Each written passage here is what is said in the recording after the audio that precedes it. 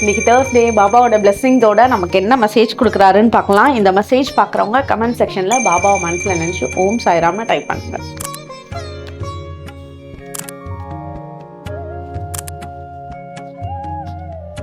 உங்களுக்கு இப்போ இருக்கக்கூடிய சுச்சுவேஷன்ஸில் காலப்போக்கில் சில மனிதர்கள்னால உங்களோட நல்ல சில குணங்கள் வந்து உங்களை நீங்களே அறியாமல் அதை உங்களிருந்து விலகி போயிட்டுருக்கு.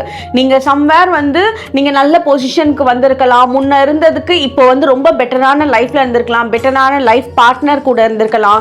பட் சில உங்களோட நல்ல விஷயங்கள் உங்களை அறியாமல் அது மறைஞ்சு போயிட்டுருக்கு. அது என்னன்னு யோசிச்சு பாருங்கள். அதை அந்த நல்ல விஷயங்களை இந்த வாரம் முழுக்க நீங்க செய்யறதுக்கு ட்ரை பண்ணுங்க, அதை பிராக்டிஸ் பண்ணுங்க.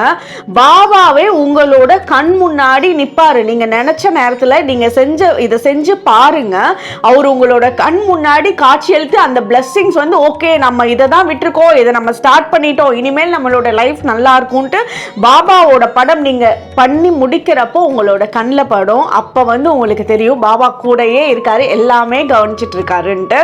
ஸோ பாபாவோட அருள் எப்பவுமே நமக்கு இருக்கு. அவரோட வழிப்படி நம்ம நடக்க நடக்க நமக்கு நல்ல பிளெஸிங்ஸை கொடுப்பாரு. ஓம் சாய்ராம்.